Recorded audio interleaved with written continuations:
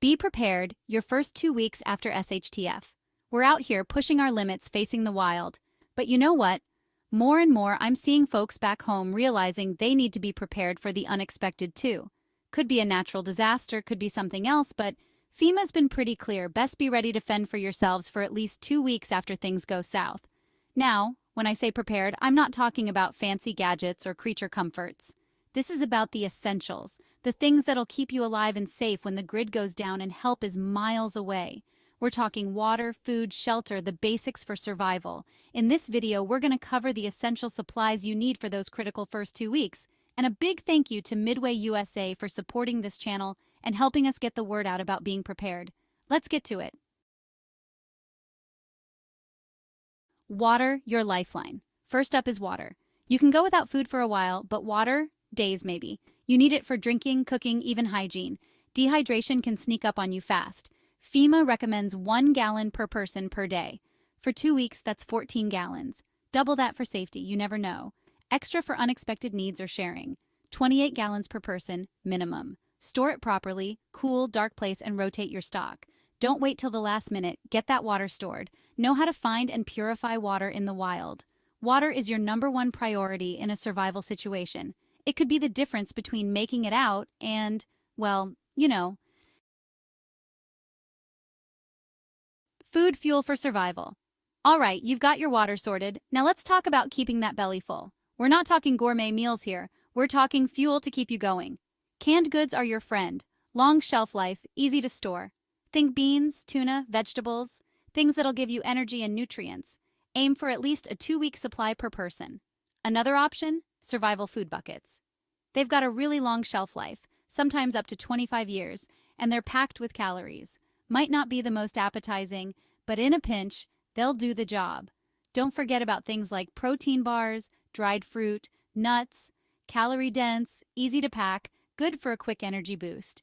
Now, when you're packing your food, think about variety. You don't want to be stuck eating the same thing day in and day out.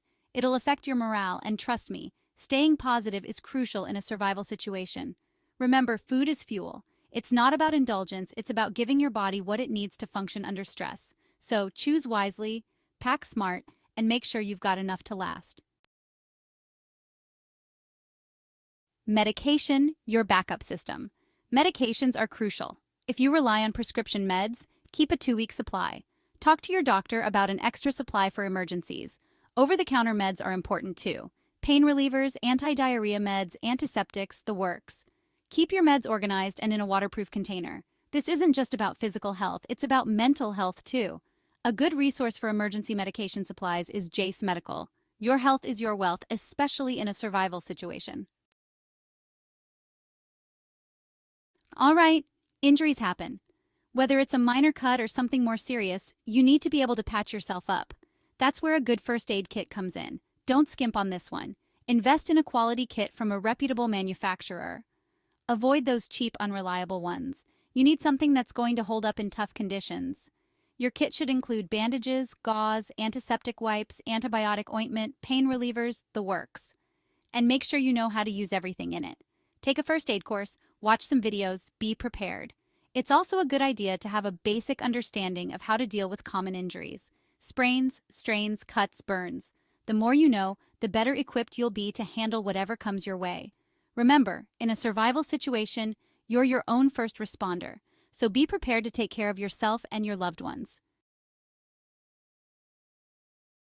Right, we're living in a digital age, and even in a grid-down scenario, having some power can be a lifesaver. That's where batteries come in. Stock up on various types. AA, AAA, CR123A, the works. You'll need them for flashlights, radios, maybe even a weather radio to stay informed. Lithium-ion batteries are a good choice for long-term storage. They've got a longer shelf life than alkaline batteries and can hold more charge, but they can be a bit pricier. Store your batteries properly. Keep them in a cool, dry place, away from extreme temperatures. And don't forget to rotate your stock, using the oldest ones first.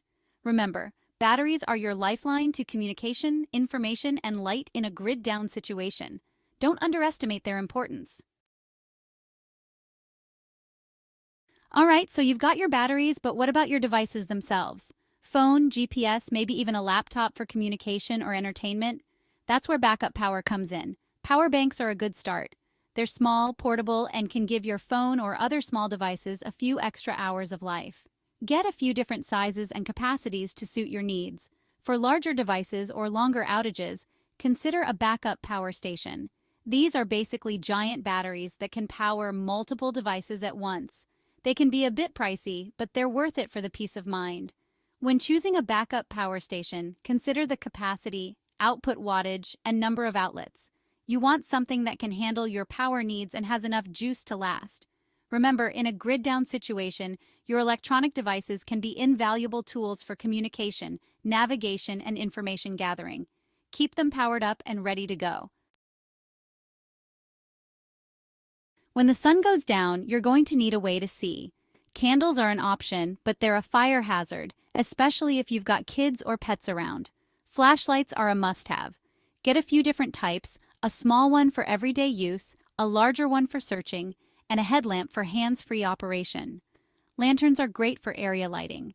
They cast a wider beam than flashlights and can illuminate a whole room. Consider getting lanterns and flashlights that can run on both batteries and hand cranking.